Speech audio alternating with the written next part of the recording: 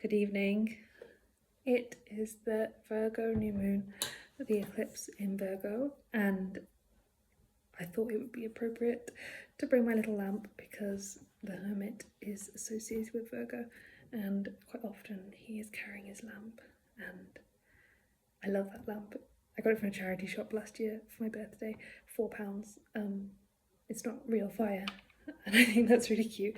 I have got a real fire candle here though, to bring the fire to this reading. I would like to welcome you, and I'd like to invite you to have this reading with me.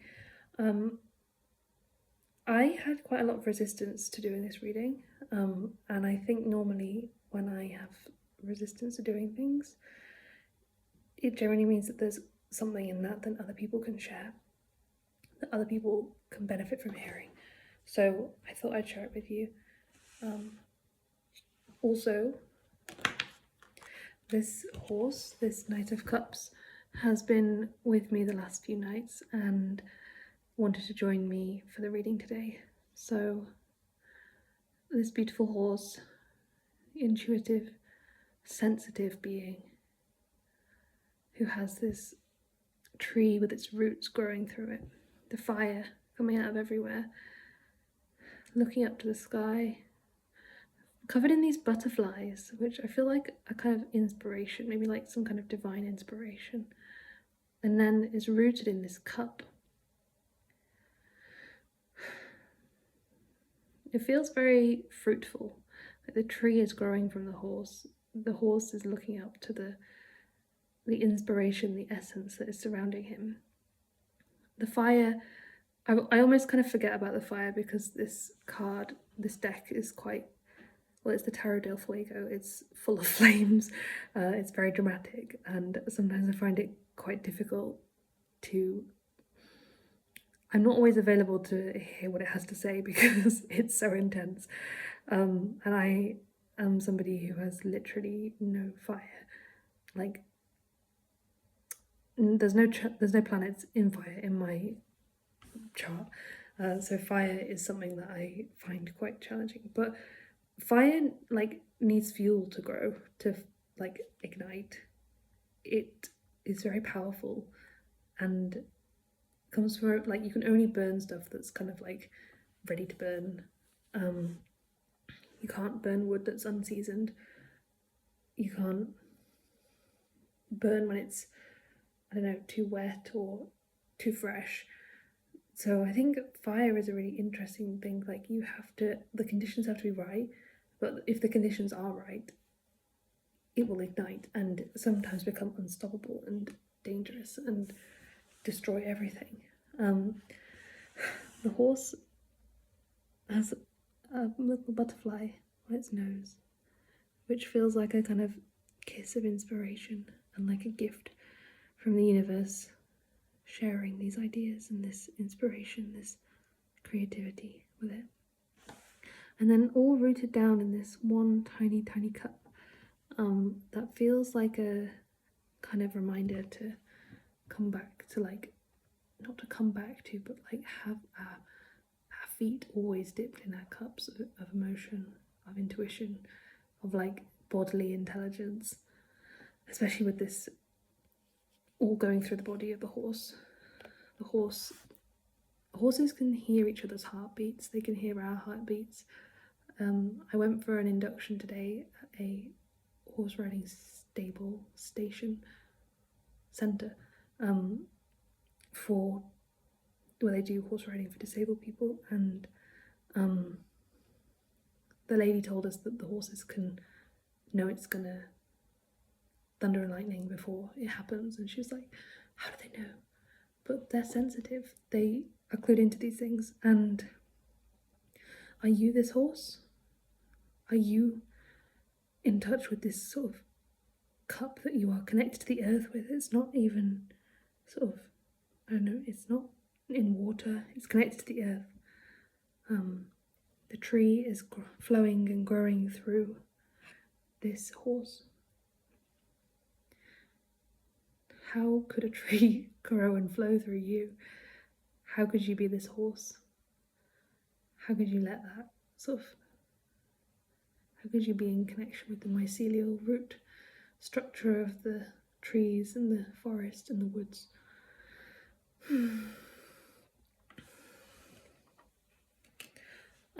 I have this lovely deck called Between the Worlds by Monica Bordisky.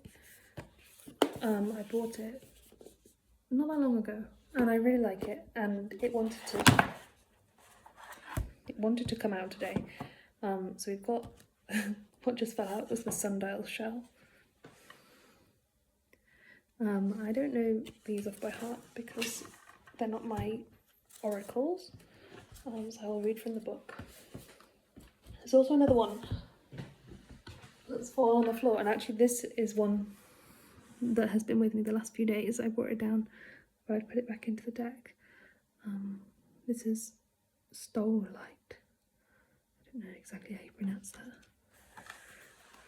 19 and 20, which is interesting because they were completely separate.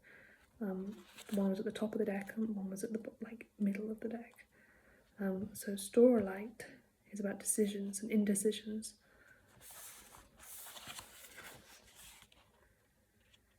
She picked up the rock. It was dark, brownish black and heavy and looked like a squeezed X. She stared at it, felt its weight, and turned it over several times before speaking to her client. What you are facing right now is going to be difficult, not because of anything particular, but because you don't want to move forward or back, left or right. You, my friends, are at a crossroads and need to make a decision. If you don't, one will be made for you, and I guarantee it won't be the one you have chosen for yourself. You see, destiny and free will work hand in hand. You need to choose your path, even if along the path there are predestined occurrences that won't be in your control. Maud's client looked at her intensely, leaning forward and replied, "What if I just hang out here where it's safe? Then I won't run into anything unexpected, and I can't make the wrong choice. Seems like a good idea to me." She smiled, took her hands off the table and put them into her lap. "Do you know the rune Nauthiz?" "No. It's shaped like this piece of stone, a squeezed X. You know what it signifies? The perpetual feeling of an uncomfortable and insatiable need for things undefined. A constant gnawing and vague notion that nothing is ever enough, yet forcing you to perpetually seek from a place of perpetual craving. Stuck at the crossroads, I can't imagine a worse space, but you're free to linger there and remain content in your discontent. Look at your life, write down your choices, then choose wisely and proceed with caution. It's said to protect people on their journey, but to be protected, you must journey. You know what you are and what you would like to do. Even if you feel like you're at a crossroads at the moment, you're being presented with a new and exciting opportunity, and the path you choose is supportive of your vision. Don't allow any obstacles from yourself or others to interfere.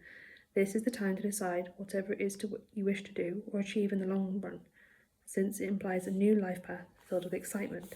So this is very exciting. So like I said, I'd had this one. I pulled it recently, and this is how I feel. I feel very related to this, and I'm not at a crossroads in that I don't feel like I'm gonna be still and not moving, but there's a part of me that's really hesitant to move forward, that's almost fearful of leaving the comfort of home, I guess, and like making it out on my own. Like, there's a part of me that is reluctant, that's comfortable, and I love that. I love that that's that part of me that's like, no, this is good, we can stay here and we'll be safe. But we can't live like that. Let's have a look. Sundial shell. Home, neighbourhood. Not just a house. New shelves, tables and chairs. Everything is painted. I think you'll find this home suitable for you and your family. The neighbourhood is comfortable. Nothing much happens here, and it's even a bit dull and quiet for some. The real estate agent's words hit Layla. Dull and quiet was exactly what she was looking for. what she'd needed after the recent losses, traumas, and everything else she had survived. This was the first house that they had looked at that actually felt like a sanctuary. One place they had seen weeks ago had a front hall closet converted to a bathroom, so it was the first thing that walked into as you entered the front door. Another had 4 or 5 tenants crowded on cheap mattresses in a dark, unsanitary basement, with a few sheets for dividing walls. Yet another had the forever smell of aging and death. Mothballs were jammed into every crevice, as if to eradicate a worse smell. Layla wasn't picky, but was hoping for somewhere small that felt safe. The market was tough, and property values had skyrocketed. They kept looking, but places in their range felt tough. Places in their price range were rough, to say the least. One place looked perfect and was even within their very restrictive budget, but it felt wrong. Layla knew it in her body. Her stomach clenched a little, which meant a hard no. Josh, her partner, felt it too, but described it as a pressure in his chest, which for him was always a no. They couldn't find a place until they'd been ready to give up. Until now. This house felt different. It felt like home. A few things need fixing, I guess. Josh rubbed his stubbly cheek and indicated a crack in the wall by pointing his chin up at it, trying not to get his hopes up too much. I was sure. There are a few things, but the owner will fix them before you move in. They are easygoing and just decided to move to the countryside for a little more fresh air and space. This might be perfect for you. Layla saw her smile, but it had a chilling feel of an undertaker and a used car salesperson rolled into one. So no skeletons in the closet, nothing about to fall apart, Layla asked, only half joking. She liked the place, but it almost seemed too good. Within a budget, and no major creepy issues at all. There were even paintings on the wall that looked a bit like her own art. Nothing odd or unusual, if that's what you mean. The house just went on the market today, and you're the first couple to look at it, and that's all. Exchanging glances, they spoke in unison. We're interested. I believe I found this shell in Cuba on an isolated beach in a very small eastern province town in the late 1980s. Message. You need to feel safe for a place to become a home.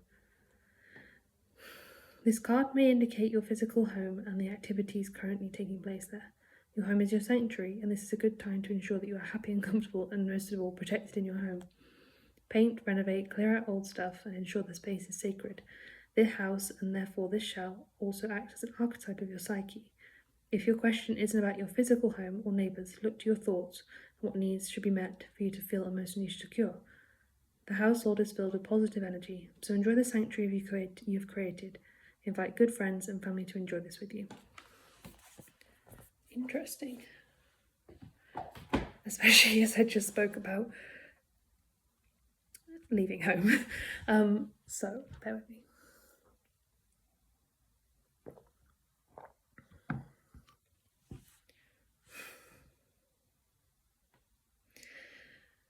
Maybe I don't need to leave home just yet.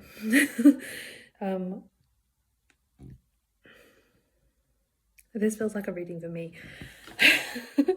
Let's bear all that in mind and then look at what else we have here. We've got the Hierophant.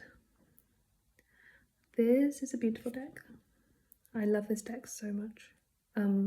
This Hierophant card doesn't feel like I'm picturing the Rider-Waite Hierophant, which is on my floor upstairs, actually. Yeah, I didn't bring it down. This feels, excuse me. There's something very magical about this card. The ancient structures.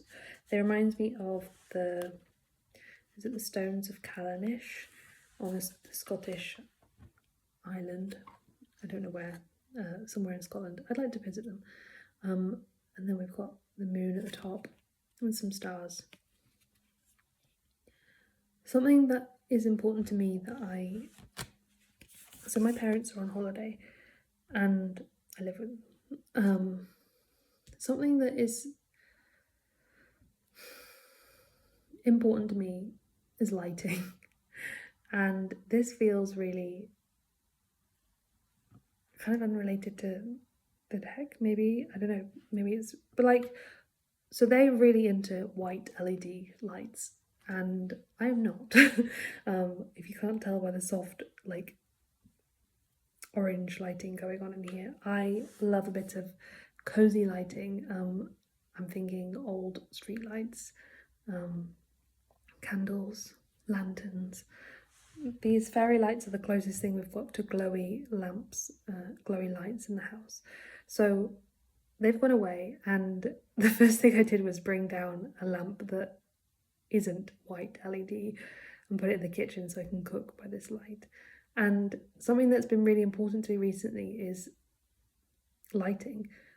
I can control the space around me. I can control the lighting. I can control what I bring into the space. I can control the smells. I can control what I cook. I can control what I decorate the place with, like my space. And for me, finding that like space of sanctuary within a house that's not necessarily how I would design or decorate or light. It's creating like this tiny bubble of my residence, and I feel for me that this is highlighting to the universe. So I've only done this recently, like in the last.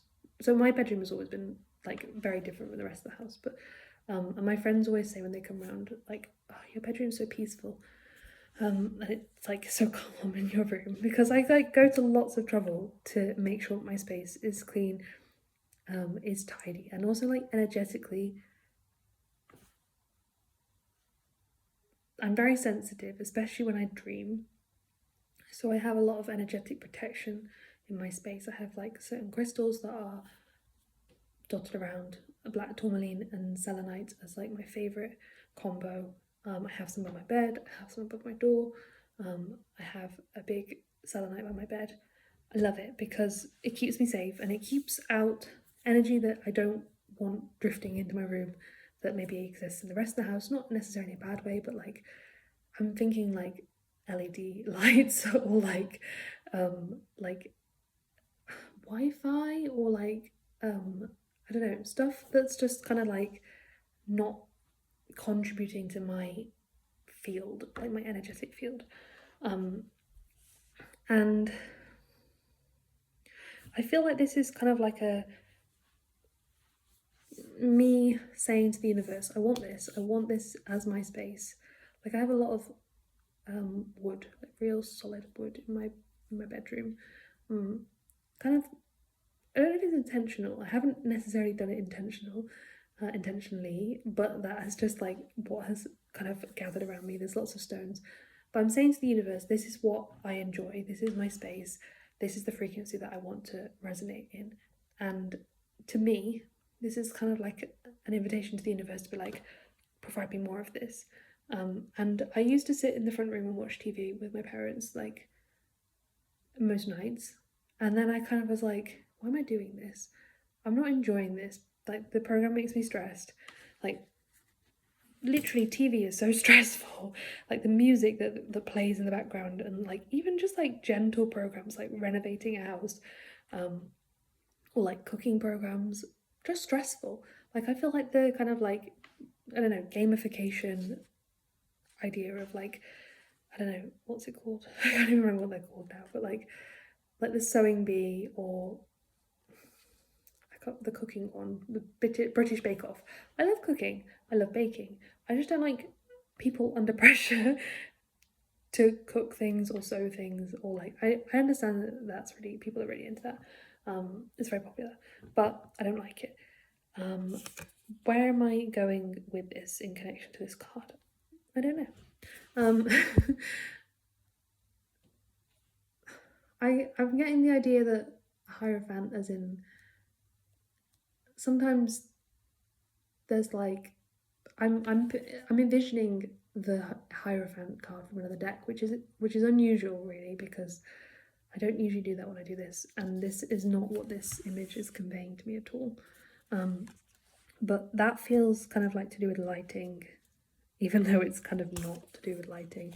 The sunlight that's going on here.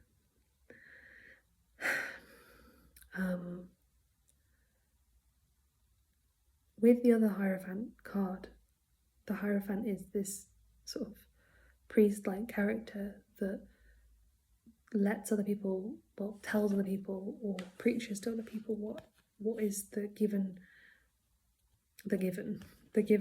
circumstances, like the way that people should live and do their lives. And I think this is kind of like an invitation to kind of like trust your intuition more, like create a sacred space where the lighting is how you like it.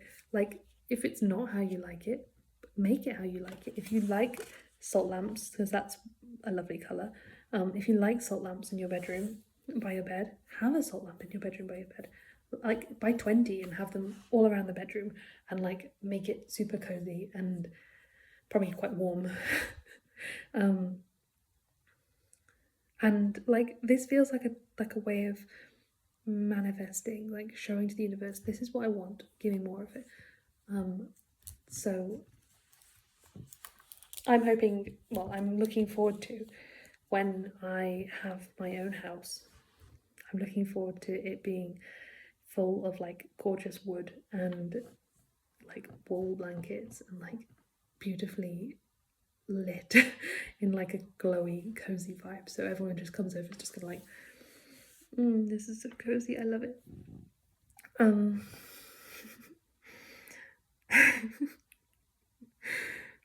Yeah. It took me a lot to get my parents to turn off the big light and put a lamp on instead. So like, this is what we're living with. But we grow and we learn. I've lost my track with what I'm going here. Okay, cool. This card. This guy is also being by my bed. The Child of Pentacles. A sweet little baby bear playing with a pentacle in this gorgeous meadow near the hills or the mountains.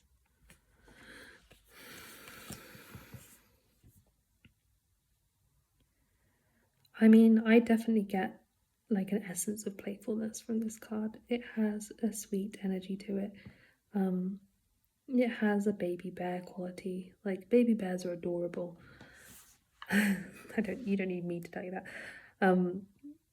That baby bear is at his like freest and cutest and is just rolling around enjoying this meadow and playing with his pentacles. I'm just thinking about summer meadows and how quickly it's turned to autumn or even winter. Like, it feels very wintry today, like it has been torrential rain all day. It started off misty and it's literally rained so hard all day, especially when people were like, it's gonna be nice weather this weekend, but then it never was. Like, if I hadn't got my hopes up for nice weather, then this wouldn't have been an issue. But it's actually been really cozy and I've really enjoyed it. And I've also been watching Gilmore Girls this evening, so that feels very cozy and autumny. And I only started watching Gilmore Girls last year, so that's exciting. I didn't watch it for ages because somebody I used to be friends with watched it and was obsessed with it, and I was just like, I don't want to like it because she liked it. That's why I didn't watch it for ages, but actually it's really good and I really like it. And I also really like that Lorelai is kind of grumpy.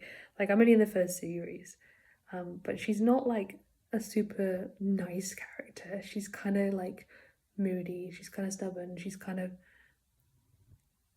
I don't know, she's sarcastic, a bad attitude, but she's kind of likable. Like, I like her just sort of brashness that she goes at everything with. Like, she isn't out there to make friends, but everybody loves her because she's very her, and like her and Rory are really cute and nice, and it's just a nice thing. Where am I going with this? I don't know how this pertains to this little card, this little bear. I don't know.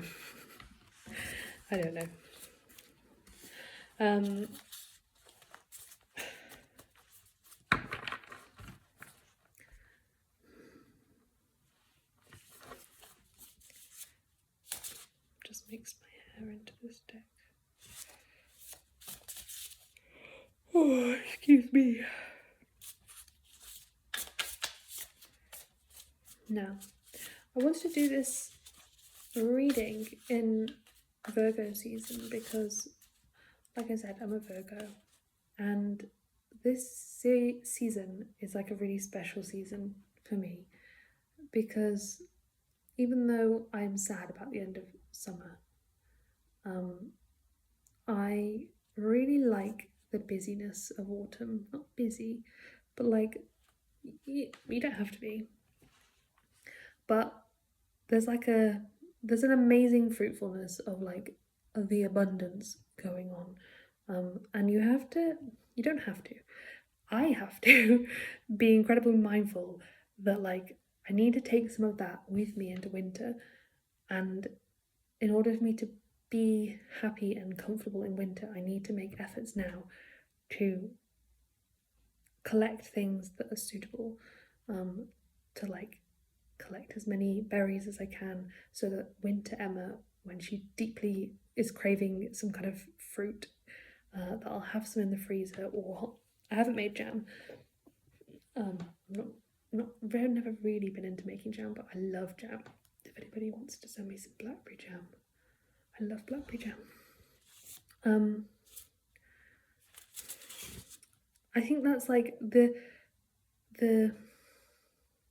also the medicine. Like I've been collecting rose hips and haws for I made an oxymel the other day, which I'm making a video about as well.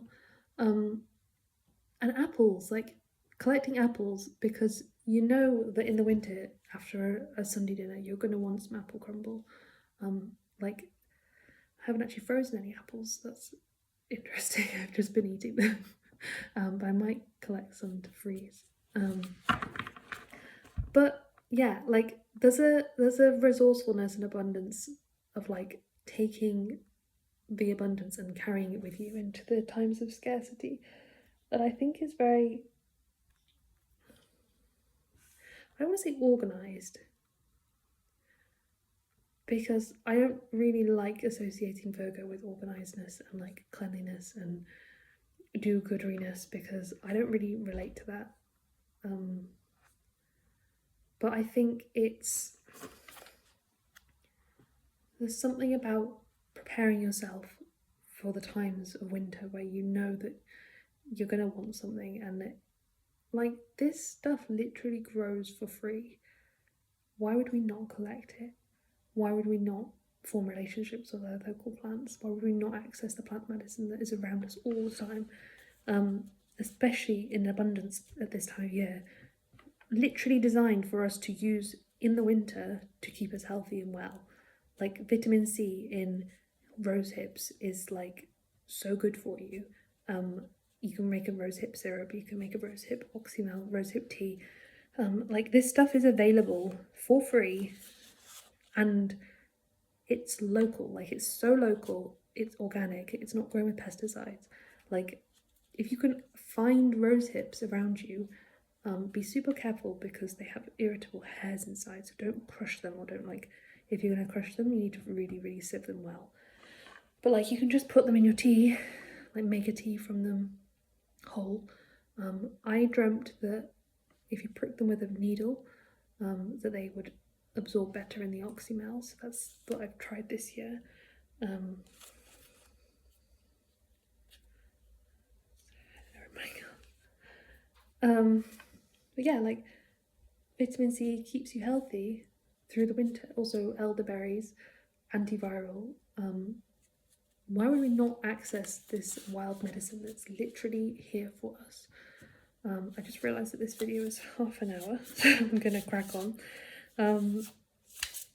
What wild medicine are we taking with us into winter? What wild medicine are we taking with us into winter?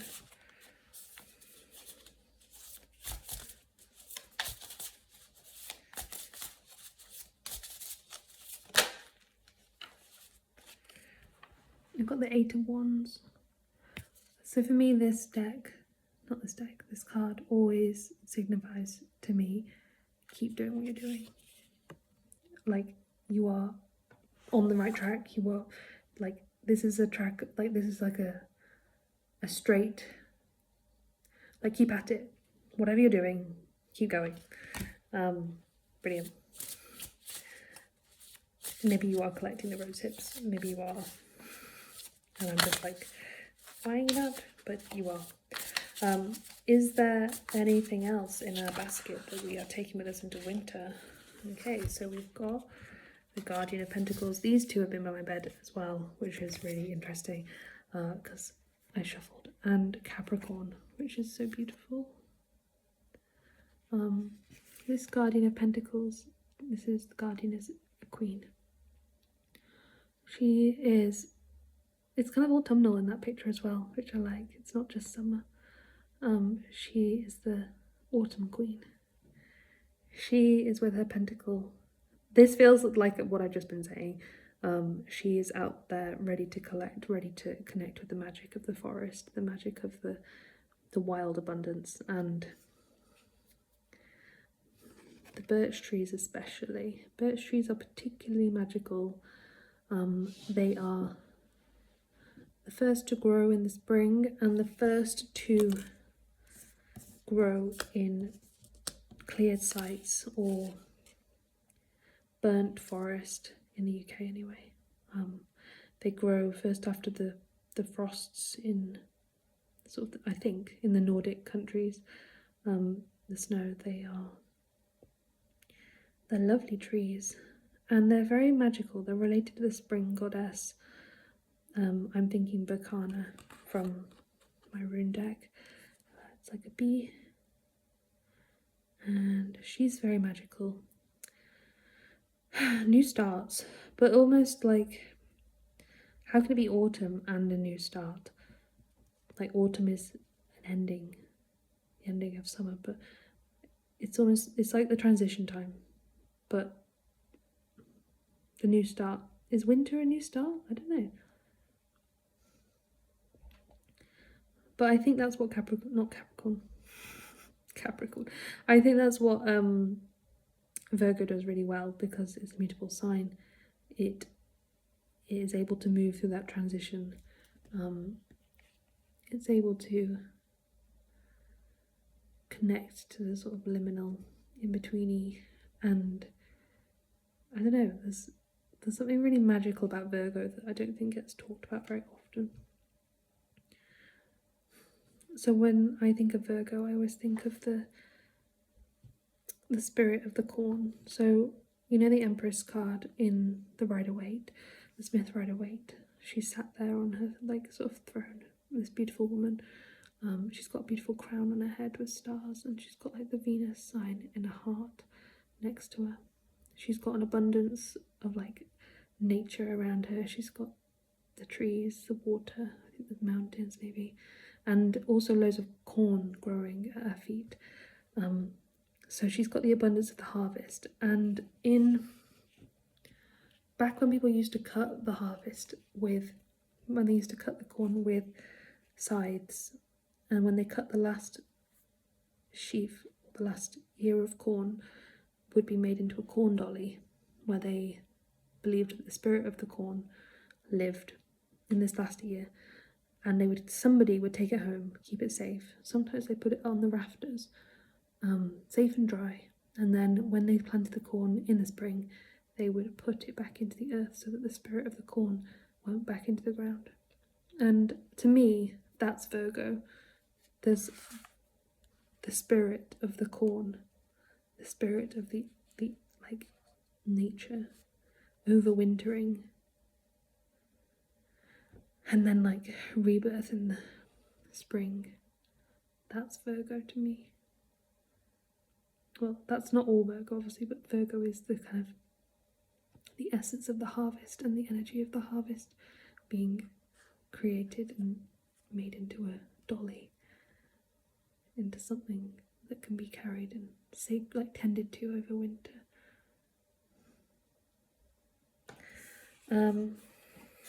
Capricorn. I love this beautiful rock. It kind of seems a little plain on this side. I can't really tell. Yeah, I think in this, it's got this part is all kind of plain, and then within it, it's purple, and it's got this gorgeous, it doesn't look like the shape of amethyst, but it looks like it could be amethyst within. Capricorn moon I am. And I just love this card. It feels like it's connecting to our intuition. The colour, especially the purple. We've got quite a lot of purple going on in this reading of the Hierophant and the Eight of Wands. The purple and the Knight of Cups. We're connecting to our intuition. We're connecting to, a deeper knowing, and our bodies knowing. Like Capricorn and Virgo are really associated with the earth signs, so they're like the wisdom that grows literally in the ground, but like in the rocks, like literal, created by pressure, creates crystals. Like what on earth, that these things are shaped by pressure and crushing, and then you get crystals. Like, I don't know exactly how that works, but like that's happening in the earth. I don't know if it's happening all the time or if it's happening over a long period of time, but like, what? How cool is that? And then these different rocks, like if you have amethyst, it can help you connect to your intuition.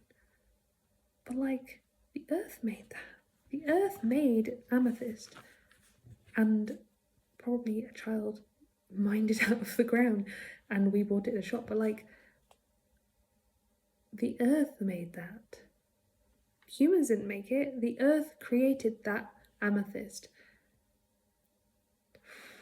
What an amazing planet that we live on. I love that. Let's go with this. We've got death. We've got this beautiful rose.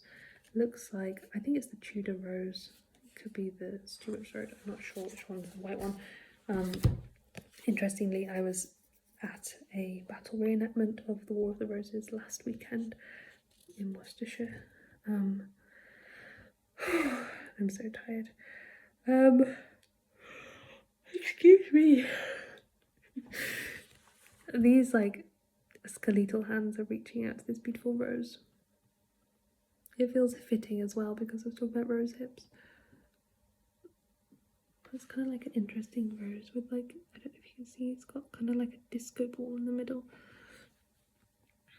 Also these have got like lichen growing on. I don't know why it's not focusing on the card, but just imagine that you can see that.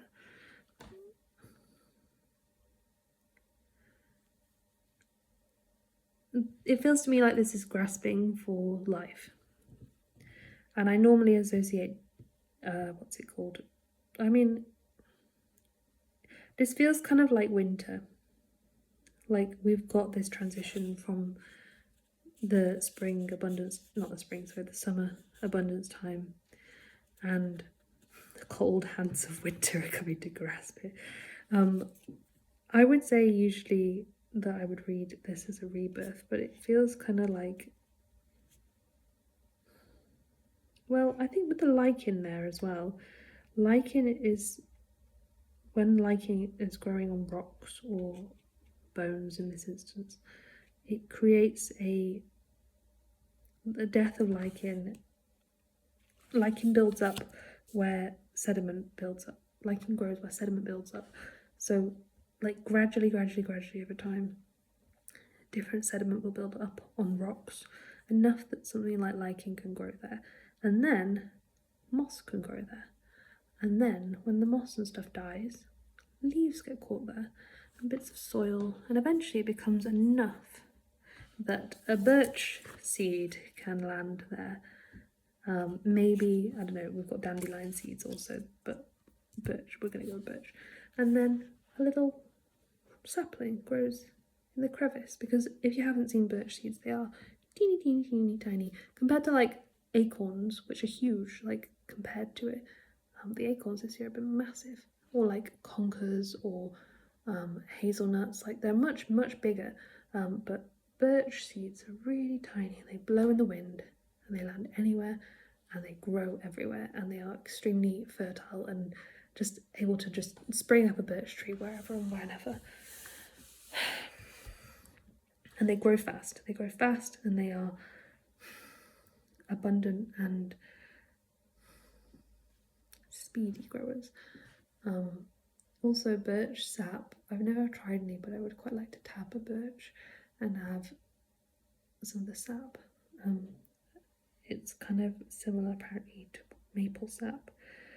People make syrup out of it, but I've never had access to a birch tree in that way, so I haven't done that. Silver birch was the first tree that I learnt the name of when I was younger. We had one in our garden. I love that tree. They're not very long-lived for trees. They don't live that long. They can live like maybe 100 years, but usually they don't live that long because they're such fast-growing trees. They prioritise the speed, like on Mario Kart, the acceleration over the sort of speed, whereas oaks, their acceleration is low. They are like a Bowser. But their speed overall, I don't think that's a good acronym comparison, because oaks don't grow fast either.